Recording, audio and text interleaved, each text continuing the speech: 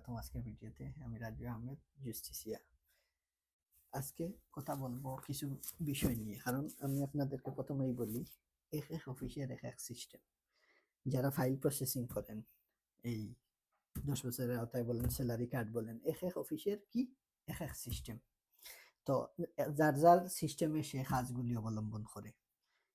আমার কাছে দুইজনে প্রশ্ন রাখছেন কাগজটা জমা দেওয়ার পরে, যে দুইজনে প্রশ্ন রাখছেন যে ভাই আপনি যে দুইটা ফাইল করলেন, একটা অরিজিনাল একটা ফটোকপি, তো ফটোকপি ফাইলটা তো পিকচারে রাইখা দিছে, তো অরিজিনাল কপিতে আপনি, আমি দেখলাম যে আপনার এক এক বছরে, যেমন 2022-এ 23-এ এক এক বছরে অনেক ডকুমেন্টস, তার মানে একটা রিসিবিসি 3 বার 4 বার, একটা এমপু 2 বার 3 বার, বা সফটি লেটার আছে, ফাইনের কাগজ আছে, এগুলি কেন? এই ফাইলটা কি আপনি জমা দিছেন? এটা প্রশ্ন আসে। এটা নরমাল, অনেকে বুঝতে পারে না, এবং আপনি ফাইল তো বুঝবেন না যখন অন্য কাউকে দেখাবেন বা অন্য অফিসে নিয়ে যাবেন, যে আমার ফাইলটা দেখেন, এইটা আমি জমা দিছি, তখন তারা দেখা বলবেন না এই ফাইল জমা দিছেন, তাহলে তো এই ফাইল হবে না, কারণ এই ফাইলের ফাইনের কাগজ আছে, চুক্তি লেটার আছে, এক ডকুমেন্টস 20 বার ফটোকপি করা আছে, এটা দিলে হবে না। এটা নরমাল, যে কোনো মানুষ দেখলে বলবে এই কথা। কিন্তু এটা হচ্ছে ভুল একটা কথা। এর জন্য এই ভিডিওটা করলাম। এই দেখেন ফটোকপি ফাইল, এই হচ্ছে অরিজিনাল ফাইল। অরিজিনাল ফাইলে এই আমরা কি করি, যখন ক্লায়েন্টে আমাদেরকে ডকুমেন্টসগুলি দেয় অরিজিনালগুলি, তখন ওনার অরিজিনাল ডকুমেন্টসে দেখা যায় যে এক একটা ডকুমেন্টস অনেকবার ফটোকপি করা।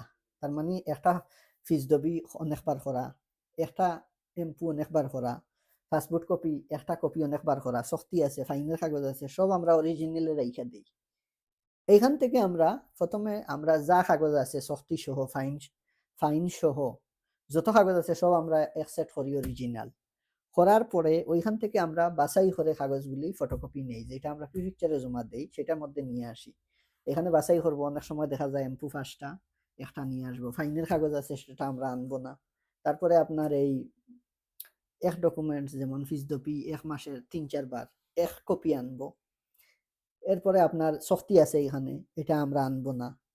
তো এইভাবে আমরা এখান থেকে প্রথমে আমরা বছরগুলি ভাগ করি, যা কাগজ আছে টোটাল সব করার পরে এইখান থেকে আমরা মাসিক তালিকা করি, জানুয়ারি ফেব্রুয়ারি মার্চ এপ্রিল। করার পরে এই মাসিক তালিকা অনুযায়ী আমরা মাসে একটা 2টা করে ডকুমেন্টস ওইখান থেকে ওইখানে আনি। কিন্তু ওইখানে আপনার পুরা অরিজিনাল কাগজ থাকবে, এবং অরিজিনাল কাগজে এক কপি বারবার থাকবে, যেটা আপনার আমলনামা, মানে যেটা আপনি দিছেন, ফাইনের কাগজ, জরিমানা সবকিছু থাকবে। তার মানে এইটা না যে অরিজিনাল কপি যেটা আপনাকে দিলাম এটা জমা হয়েছে। এই ভুল ভাঙানোর জন্য এই ভিডিওটা করলাম। আমাদের অফিসে যত জমা দিবেন বা দিছেন আগে, সবার এরকম সিস্টেম, অরিজিনালে আপনার A to Z সব ডকুমেন্টস থাকবে, আর যেটা আমরা জমা দিব সেটা আমরা স্পেশাল ভাবে তৈরি করব। তার মানে এখন থেকে আর কেউ এই প্রশ্ন করবেন না যে ভাই অরিজিনালে দেখলাম এক কপি বারবার, বা শক্তি লেটার আছে, ফাইনের কাগজ আছে, আপনি কি এটা দিয়ে দিয়েছেন, এই প্রশ্ন করবেন না, কারণ আমাদের অফিসের সিস্টেম হচ্ছে এটা। আপনার যাবতীয় যত পেপারস আছে এইভাবে আপনার এই যে বছর 24, 21, 23 এইভাবে অরিজিনালে থাকবে, ফাইনের কাগজ, জরিমানা সবকিছু অরিজিনালে থাকবে। এটা আপনি আপনার বাসায় নিয়ে যাবেন আপনার জন্য। আর যেটা জমা দিব সেটার মধ্যে নিরলস কাগজ যেগুলি, সেগুলি থাকবে। আমরা বাছাই করে এটা আলাদা করি।